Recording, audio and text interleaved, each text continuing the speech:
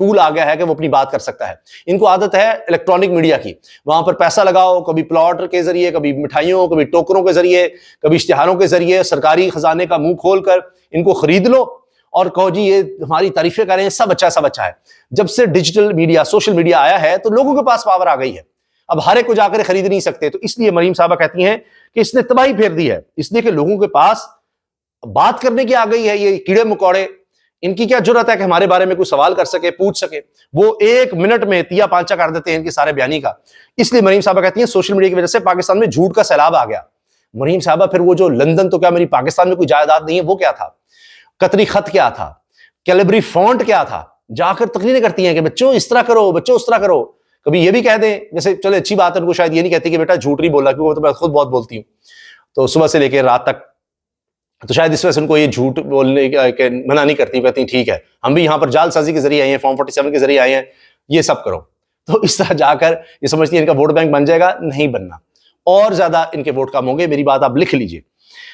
اچھا, عمران خان نے کہا ہے 7 دن میں کمیشن نہ بنا تو چوتھی میٹنگ نہیں ہوگی. منسٹر گوہر نے کہہ دیا ہے کہ 7 دن ہے, بنانا ہے کمیشن تو ٹھیک ہے, نہیں تو جائیں.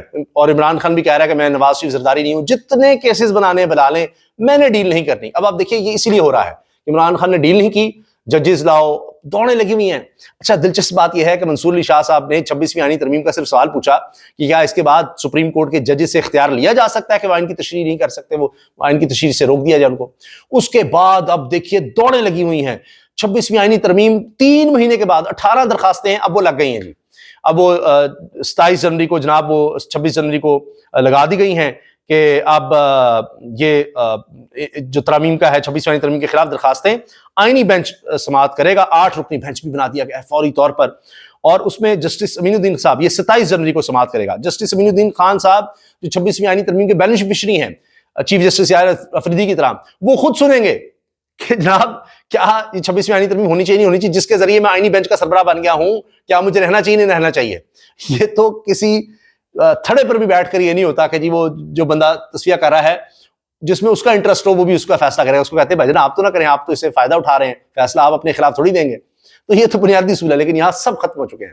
یہاں سرکس بن چکا ہے, سپریم کورٹ سے لے کر پورا پاکستان سرکس بنا ہوا ہے. عجیب کھیل یہاں پر چل رہا ہے, اور پھر یہ سمجھتے ہیں کہ یہاں پر ادارے بڑے ٹھیک ہو جائیں گے, یہ ہو جائے گا وہ ہو جائے گا. اب یہ بینچ بنا دیا گیا ہے راتوں رات, اور بڑی تیزی سے جناب اب یہ بینچ, وہ پہلے وہ روکا ہوا تھا کیس جو ہے فوجی عدالتوں کا, اس کو روکا, اور اب یہاں پر جناب یہ 27 جنوری کو اب 26ویں آئینی ترمیم کے خلاف جو درخواستیں ہیں ان کو دیکھا جائے گا. ملٹری کورٹس کیس 28 جنوری کو سماعت کی مقرر کیا گیا. اب یہ اس لیے کیا گیا ہے تاکہ اب یہ معاملہ کہا جائے کہ جی منصور علی شاہ صاحب نہ دیکھیں, کیونکہ اب آئینی بینچ دیکھ رہا ہے 26ویں آئینی ترمیم کو, تو اس کا کوئی اور بینچ سوال نہ اٹھا دے. لیکن اب یہ گیم تو چلے گی, یہ گیم آگے بڑھنی ہے. اچھا, جسٹس منصور علی شاہ اور جسٹس عقیل عباسی پر مشتمل 2 رکنی بینچ اب کل سماعت کر رہا ہے توہین عدالت کا نوٹس جو رجسٹرار کو دیا گیا ہے اس پر. اس میں سے عائشہ ملک صاحبہ کو بھی نکال دیا گیا ہے. عائشہ ملک صاحبہ نے آج کہا کہ جی کس طرح کوئی چیف جسٹس 3 ججز سے کوئی زیادہ عقل مند ہو سکتا ہے, ایک ذہن چیف جسٹس کا ہے تو ایک ہی دماغ نا, وہ 3 ججز سے زیادہ کیسے ہو سکتا ہے. تو بہرحال اب ان کو اس بینچ سے نکال دیا گیا, اب 2 رکنی بینچ رہ گیا ہے, وہ توہین عدالت کی سماعت کرے گا رجسٹرار کے خلاف کہ اس نے کس طرح کاز لسٹ بھی نہیں جاری کی, کس طرح منصور علی شاہ صاحب کی سربراہی میں 3 رکنی بینچ کے احکامات پر عمل درآمد نہیں کیا. جب سپریم کورٹ کے اپنے ججز انصاف کے متلاشی ہوں گے, ہائی کورٹ کے اسلام آباد ہائی کورٹ کے ججز انصاف کو ڈھونڈ رہے ہوں گے, تو کیا ہوگا. اب اوپر سے ابھی جن صاحب کو لگایا گیا ہے اسلام آباد ہائی کورٹ میں جج, ان کا بینچ بنا دیا عامر فاروق صاحب نے اپنے ساتھ.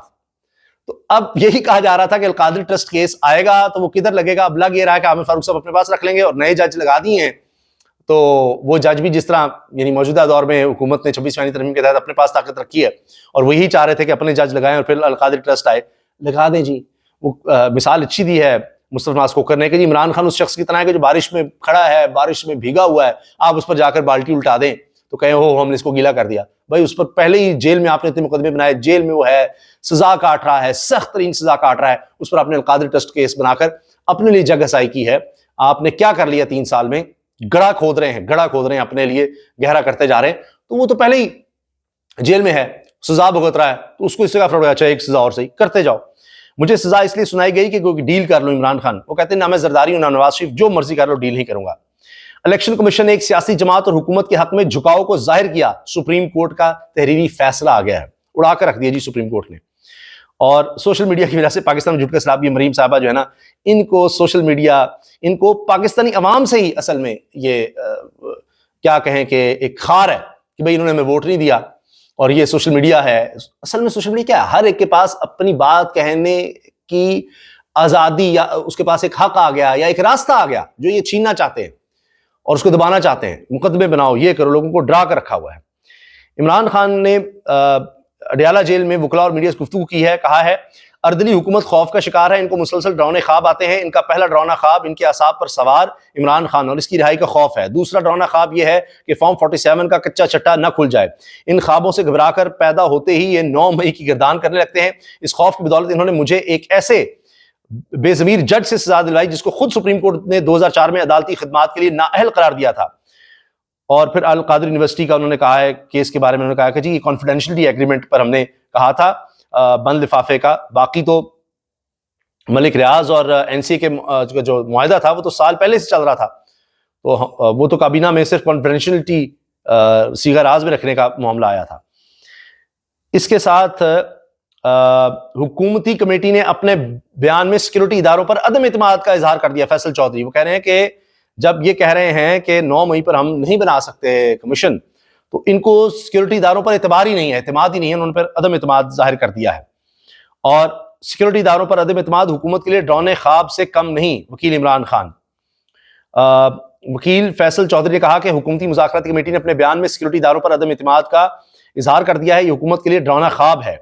اڈیالہ جیل کے باہر گفتگو کی، کہا توشہ خانہ 2 کی سماعت بغیر کسی کارروائی کے جمعرات تک ملتوی کی گئی، مذاکراتی کمیٹی کے ترجمان نے بیان دیا ہے جس سے لگتا ہے کہ انہوں نے سیکورٹی اداروں پر عدم اعتماد کا اظہار کیا ہے، حکومت یا اس کے لوگ اعتماد نہیں کر رہے، یہ حکومت کے لیے ڈراؤنا خواب ہے۔ حکومت کو 2 خواب آتے ہیں کہ عمران خان جیل سے نہ نکل آئے، اور دوسرا یہ کہ شہید بے گناہ لوگ ان کی خوابوں میں آتے ہیں۔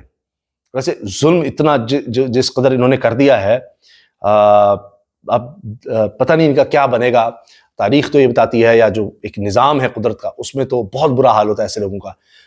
ذل شاہ سے لے کے ارشد شریف شہید کو دیکھ لیں، تو موجودہ نظام میں جس طرح لوگوں کو لاپتہ کیا گیا ہے، عمران ریاض کے ساتھ، ان کی فیملی کے ساتھ، اور بے شمار یہ تو چیزیں جو ہمارے سامنے آئی ہیں، بیچارے عام کارکن، عورتیں، بچے، ان کو ہراساں کیا گیا، گھروں میں چادر دیوار کا تقدس پامال کیا گیا، تو انہوں نے جو کر دیا ہے بڑی خوفناک صورتحال ہے۔ حتیٰ کہ پیپلز پارٹی کے ندیم افضل چند صاحب چیخ اٹھے کہ جس طرح سے یہ قدرتی آفات آنے لگی، تو اس وقت ان کا بیان آیا کہ جو ہم نے یہ چار دیواری کا تقدس پامال کیا ہے، یہ اس وجہ سے ہمارے ساتھ ہو رہا ہے، یہ پیپلز پارٹی کے سینئر رہنما کو کہنا پڑ گیا۔ ایسے ایسے ظلم انہوں نے کیے ہیں، اور یہ ابھی تک ان کو سمجھ نہیں آ رہی، یہ اور ظلم کرتے چلے جا رہے ہیں۔ اور جب وہ کہتے ہیں نا اللہ کی وہ خدا کی لاٹھی بے آواز ہے، تو وہ پتہ نہیں لگتا پھر کہ کس وقت کیا ہو جائے، اور وہ وقت زیادہ دور نہیں ہوتا۔ رات طویل ضرور ہوتی ہے، لیکن اچانک پتہ لگتا ہے کہ کیا ہو گیا، اور سمجھ نہیں آتی کہ یہ کیسے ہو گیا، اور تب بہت دیر ہو چکی ہوتی ہے۔ تو دیکھ لیتے ہیں کتنا عرصہ اس طرح جاری رکھ سکتے ہیں، لیکن ابھی کل کا دن بڑا اہم ہو گیا ہے۔ صبح 9:30 بجے منصور علی شاہ اور عقیل عباسی صاحب نے سماعت کرنی ہے۔ کل کا دن بھی بڑا ہنگامہ خیز ہو سکتا ہے۔ اب یہ آسانی سے نہیں ہوگا کہ چیزوں کو کنٹرول کر لیں، سپریم کورٹ کے ججز کو بھی کنٹرول کر لیں، اور یہ جو سرکس ہے اس کو اسی طرح چلاتے رہیں۔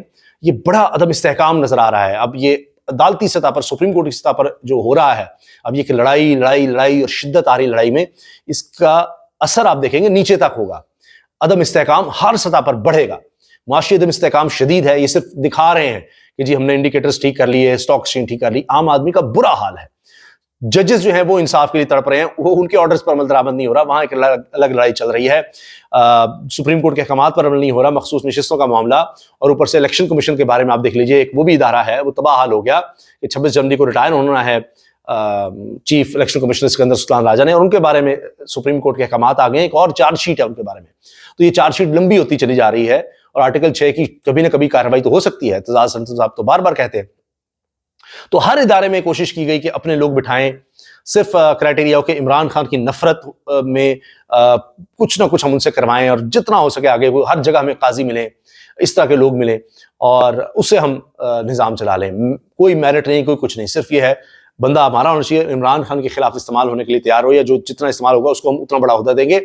اس طرح کبھی کوئی نظام چل نہیں سکتا زیادہ عرصہ، اور اس سے ظاہر ہے کہ ہر ادارہ کھوکھلا ہو گیا۔ کوئی بھی ادارہ، چاہے وہ کھیل کا ہی کیوں نہ ہو، ہر جگہ اس طرح کے لوگ بھرتی کر کے تباہی کر دی ہے، اور یہ ابھی تو آغاز ہے. آپ دیکھیے گا یہ اس کا اظہار آنے والے دنوں میں آپ کو نظر آئے گا کس طرح انہوں نے پوری ریاست کو کھوکھلا کر دیا ہے. اللہ حافظ.